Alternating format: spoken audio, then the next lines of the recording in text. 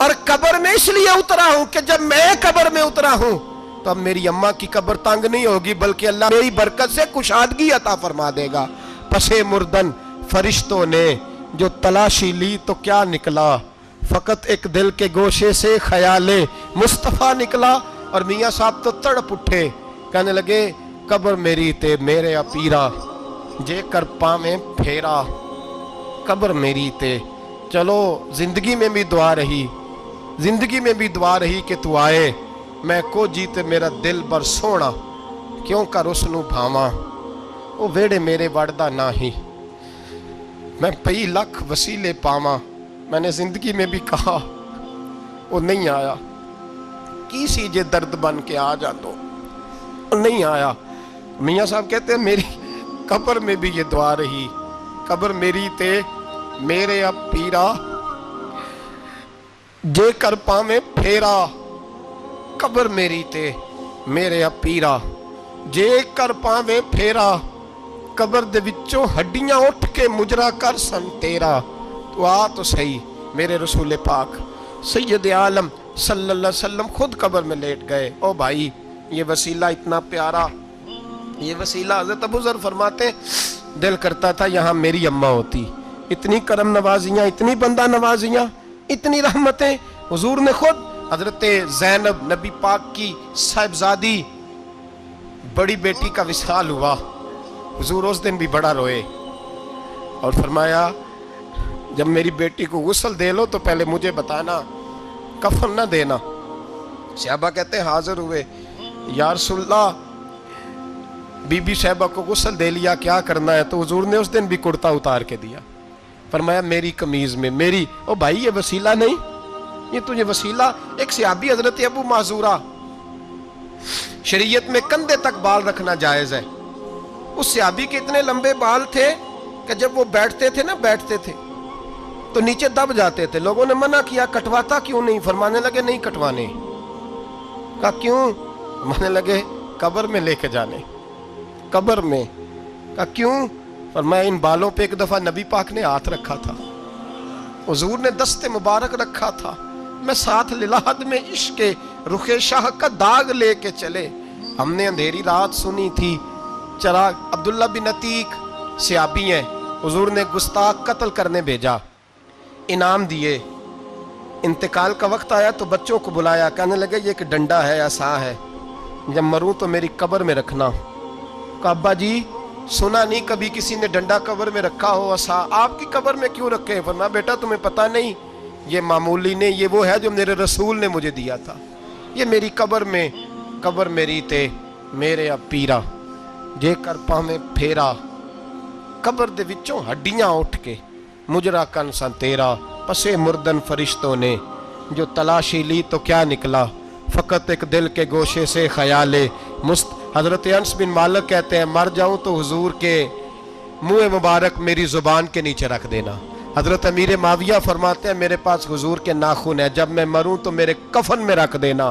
میرے اعلیٰ حضرت فرماتے ہیں ہمارے پاس کوئی شے نہیں، کوئی شے نہیں، نہ ہمارے پاس حضور کے بال مبارک، ہم کم نصیبوں کے پاس، ہم غریبوں کے پاس نہ منہ مبارک، تو حضور آپ کے پاس کیا ہے؟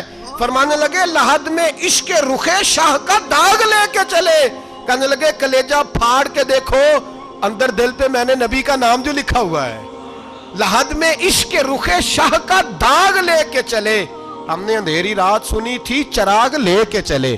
حضور کا نبی پاک صلی اللہ علیہ وسلم کا وسیلہ جو ہے، اس موضوع پر ہی بولتے جانے کو دل کر رہا ہے، لیکن اس عنوان کو ختم بھی کرنا ہے۔ ایک ہے حضور کا وسیلہ، ایک ہے اولیاء کا وسیلہ۔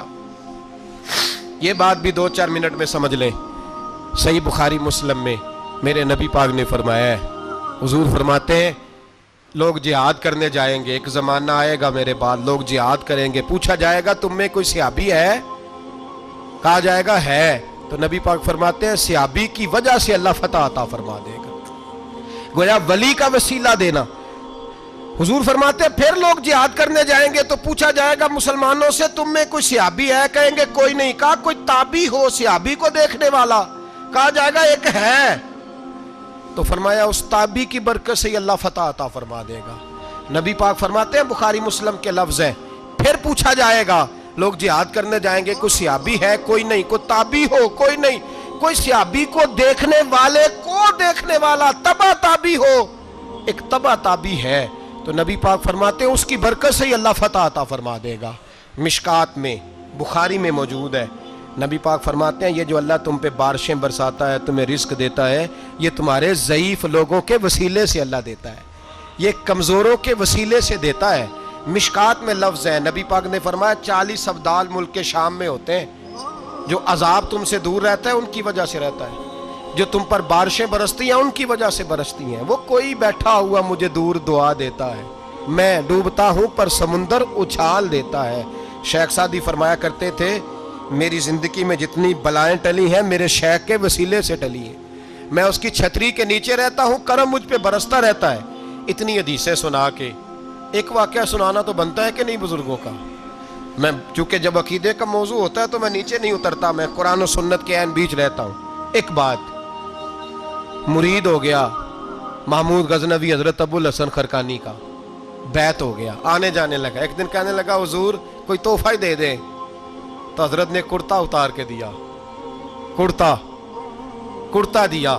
یہ کسی کے پاس ہو تو بڑی نعمت ہوتی ہے، کسی بزرگ کا کوئی تبرک، کرتا دیا۔ فرمایا جب بہت زیادہ کوئی مسئلہ بن جائے تو کرتا سامنے رکھ کے دعا کرنا، اللہ تجھے فتح دے گا۔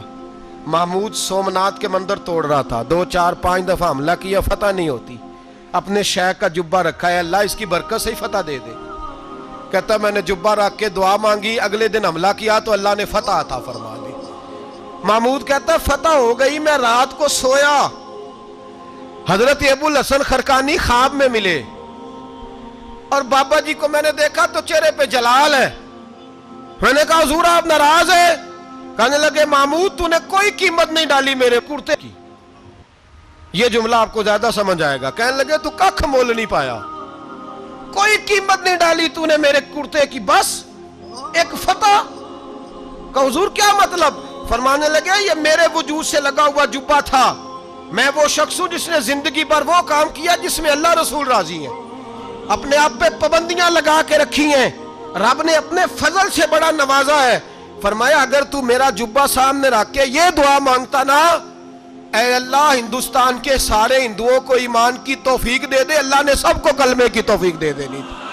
تو نے کیا قیمت ڈالی میرے جبے کی؟ تر دامنی پہ شیخ ہماری نہ جائیے، ہم دامن نچوڑ دیں تو فرشتے وضو کرے، اور فرشتے بھی کرتے ہیں تعظیم میری، فدا ہو کہ ان پر یہ عزت ملی ہے۔ اللہ تبارک و تعالیٰ اپنے بندوں کو طاقتیں دیتا ہے۔ مسئلہ یہ ہے آج بہت سارے لوگ تو انکار کرنے لگے ہیں، اور ہم جو اہل ہیں، ہمارا جن کا عقیدہ ہے، جنہیں اللہ نے خوش عقیدگی عطا فرمائی ہے، وہ بھی بہانوں کا شکار ہیں، بہانوں کا شکار ہیں، کر لیتے ہیں، دیکھ لیتے ہیں۔ اللہ والوں سے دوستی لگائیں، ان کا قرب اختیار کریں، ہر دعا ہر التجا نبی پاک کا وسیلہ شامل حال رہنا چاہیے۔ اگر تیرے واسطے سے مانگوں کوئی دعا بے اثر نہ ٹھہرے، نبی پاک کا وسیلہ دو گے تو ہر جگہ ہی اللہ کامیابیاں عطا فرمائے گا۔ اور ہمارا تو عقیدہ یہ ہے کہ قبر حشر میں بھی بچیں گے تو رسول اللہ کے وسیلے سے بچیں گے۔ اللہ ہمیں اپنے محبوب کا وسیلہ نصیب فرمائے۔ آخر دعوانا ان الحمد للہ۔